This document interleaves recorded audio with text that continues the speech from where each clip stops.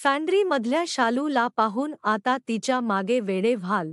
फॅन्ड्रीतील शालू, राजेश्वरी खरात नागराज मंजुळे यांच्या सिनेमातून घडलेली एक शांत पण प्रभावी अभिनेत्री. मराठी चित्रपटसृष्टीत काही दिग्दर्शक असे असतात ज्यांनी केवळ चित्रपट बनवले नाहीत, तर त्यांनी भावना, समाज आणि वास्तव यांचा संगम घडवला. त्यापैकी एक ठळक नाव म्हणजे नागराज मंजुळे. त्यांनी मराठी चित्रपटाला एका नव्या वास्तववादी वाटेवर आणलं, जिथं चमकदार ग्लॅमरपेक्षा सत्य, वेदना आणि आशा या गोष्टी केंद्रस्थानी आल्या. पिस्तुल्या या त्यांच्या पहिल्या शॉर्ट फिल्मपासूनच त्यांच्या कथाकथनात एक खोल सामाजिक अर्थ दिसू लागला होता. त्यानंतर आला फॅन्ड्री, एक असा चित्रपट ज्याने ग्रामीण महाराष्ट्रातील वास्तव, जातीव्यवस्थेची जखम आणि प्रेमाची असहायता उघड केली. फॅन्ड्री हा त्यांचा पहिला फीचर फिल्म प्रोजेक्ट होता, पण त्यामध्ये दडलेली भावना आणि सत्य पाहता तो एक प्रभावी कलाकृती ठरला. तथापि, फॅन्ड्रीला ज्या प्रमाणात व्यावसायिक प्रसिद्धी मिळायला हवी होती, ती मिळाली नाही. पण त्या चित्रपटाने अनेक कलाकारांना ओळख मिळवून दिली. त्यातील एक म्हणजे शालू, म्हणजेच अभिनेत्री राजेश्वरी खरात. फॅन्ड्री एक सामान्य प्रेमकथा नव्हे. फॅन्ड्री म्हणजे फक्त एका मुलाचं प्रेम नाही, तर एका समाजाचं आरसंच आहे. जबऱ्या नावाचा मुलगा, सौमिल जोशी, आणि त्याच्या मनात जागलेलं निरागस प्रेम शालू नावाच्या गावातल्या मुलीकडे.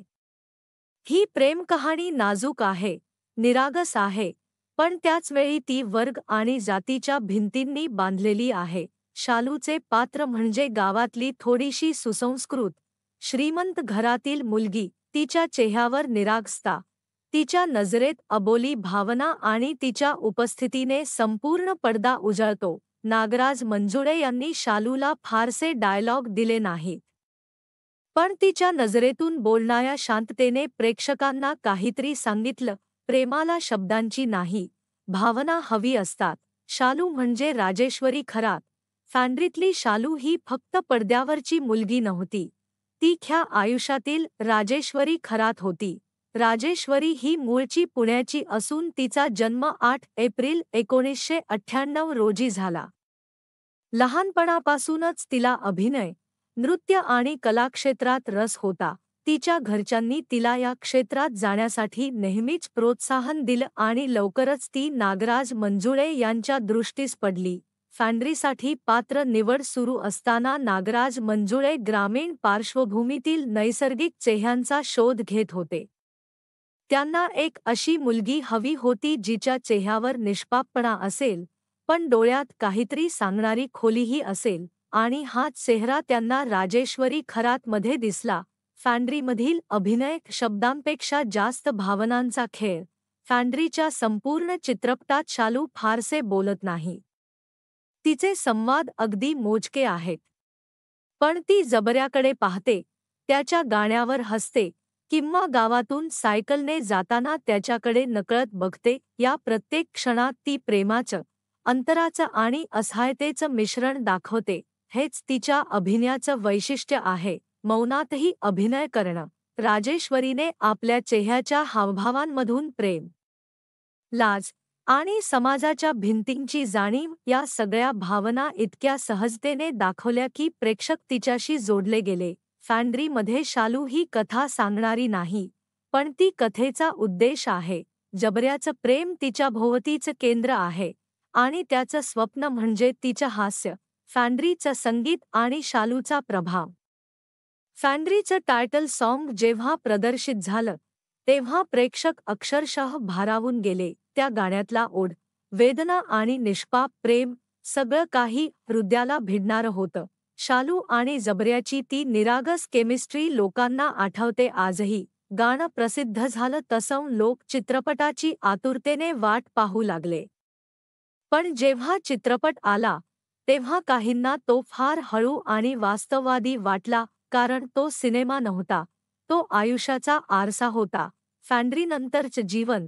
फॅन्ड्रीनंतर राजेश्वरी खरात एकदम चर्चेत आली. तिच्या सौंदर्याचं आणि शांत अभिनयाचं कौतुक सर्वत्र झालं. लोक तिला तिच्या ख्या नावापेक्षा शालू या नावानेच ओळखू लागले. ती रस्त्यावर चालली की लोक म्हणायचे, अरे ही फॅन्ड्रीची शालू नाही का. पण प्रसिद्धीच्या या प्रकाशासोबत काही अंधारे कोपरेही येतात. राजेश्वरीला अनेक नवे प्रोजेक्ट्स मिळाले नाहीत. काही लहान भूमिका मिळाल्या, पण फॅन्ड्रीसारखा प्रभाव पुन्हा पडद्यावर दिसला नाही. 2017 मध्ये आलेल्या एटोमगिरी या चित्रपटात तिने भूमिका केली.